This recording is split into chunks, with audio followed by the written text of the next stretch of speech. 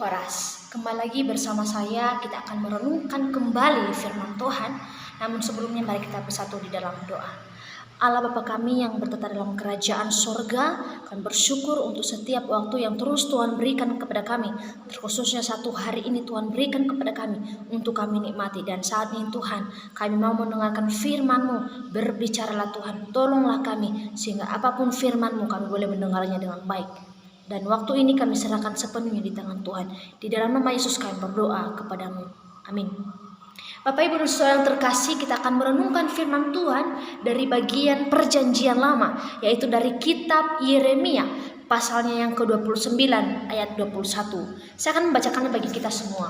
Beginilah firman Tuhan. Sebab aku mengetahui rancangan-rancangan yang kupikirkan mengenai kamu. Demikianlah firman Tuhan, yaitu rancangan damai sejahtera dan bukan rancangan malapetaka, untuk memberikan kepadamu masa depan yang penuh harapan. Sekali lagi saya bacakan untuk kita semua. Sebab aku mengetahui rancangan-rancangan yang kupikirkan mengenai kamu. Demikianlah firman Tuhan, yaitu rancangan damai sejahtera dan bukan rancangan malapetaka, untuk memberikan kepadamu masa depan yang penuh harapan. Bapak Ibu dan Saudara yang terkasih, tema perenungan kita pada hari ini ialah rancangan yang berisikan harapan. Sekali lagi, rancangan yang berisikan harapan. Bapak Ibu dan Saudara yang terkasih, mungkin kita mengetahui bahwa kitab Yeremia ini ditulis oleh Yeremia. Dan kitab Yeremia ini merupakan salah satu kitab nabi-nabi besar. Dan pada hari ini kita akan merenungkan bagian firman Tuhan, terkhususnya pasal 29, yang merupakan pasal yang menceritakan bagaimana peringatan Allah yang dicatat di surat ini, yang dikirimkan kepada bangsa Israel yang ada di pembuangan, yaitu di Babel. Allah memberikan pesan kepada bangsa Israel karena Allah mengetahui di tempat pembuangan sudah ada di antara mereka, yaitu nabi-nabi penyesat yang memberitahukan atau memberitakan nubuat-nubuat palsu kepada bangsa umatnya, yaitu umat Israel, dengan memakai nama Allah. Padahal itu semua adalah ajaran yang palsu. Allah juga menegaskan kepada bangsa Israel bahwa bukan Dia yang mengutus nabi-nabi palsu tersebut, dan memperingatkan bangsa Israel bahwa ketika sudah genap 70 tahun mereka di Babel, maka Allah akan membawa mereka kembali kepada Yerusalem. Dari ayat sebelumnya kita akan belajar bahwa Allah mengirimkan bangsa Israel ke dalam pembuangan karena Allah telah merancangkan kesejahteraan dalam kehidupan bangsa Israel. Allah mengirimkan bangsa Israel ke pembuangan karena Allah mau mendisiplinkan bangsanya, mendisiplinkan umat kesayangannya itu, supaya memberi hukuman, supaya mereka kembali kepada Allah, supaya mereka menyadari bahwa Allah adalah Allah yang sesungguhnya, yang seharusnya mereka sembah.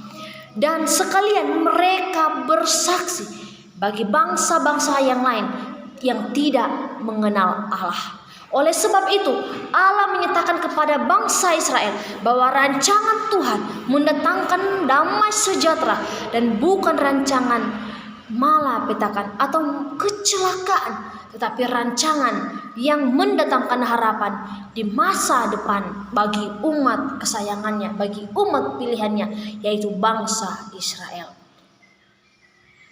Dan di dalam ini Allah juga menyatakan bahwa rancangannya adalah rancangan yang penuh dengan kebahagiaan, yang memiliki tujuan, yaitu di masa depan sudah pasti bangsa Israel akan mendapatkan kebahagiaan. Maka oleh karena itu, bagaimana dengan kita yang pada saat ini?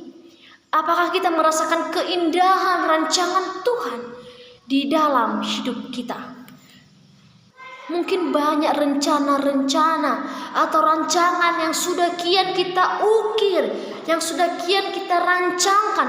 Akan tetapi hari ini firman Tuhan berbicara kepada kita bahwa sesungguhnya Allah memiliki rancangan yang begitu indah di dalam kehidupan kita ini. Apakah kita menyadari bahwa segala sesuatu yang terjadi dan yang akan terjadi di dalam hidup kita ini merupakan rancangan Tuhan yang memiliki tujuan, yaitu kebahagiaan? Atau sebaliknya, apakah kita menyadari bahwasanya segala sesuatu yang terjadi dalam hidup kita sama seperti yang terjadi kepada bangsa Israel pada waktu itu, ketika mereka jatuh ke dalam pembuangan itu sudah terjadi karena seizin Allah, dan semuanya itu karena Allah telah memiliki rencangan yang indah bahwa Israel akan merasakan yang namanya keindahan dari rancangan Tuhan. Sebagaimana rancangan yang indah itu Bapak Ibu. Dan di sini dijelaskan bahwa Allah melakukan segala rancangannya atau menjadikan rancangannya bagi bangsa Israel, yaitu supaya bangsa Israel boleh kembali kepada Allah. Bahwasanya bangsa Israel dikenal dengan nama yaitu tegar tengkuk, sebab mereka sering sekali terjatuh dalam dosa, mereka sering sekali meninggalkan Allah. Maka melalui ini Tuhan menyatakan bahwa rancangannya sesungguhnya yang terjadi, bahwa seizin Tuhan, yaitu dengan menyadarkan mereka kembali bahwa segala sesuatu yang terjadi itu membawa mereka semakin dekat dengan Allah, bukan untuk menjauhkan mereka dari hadapan Allah.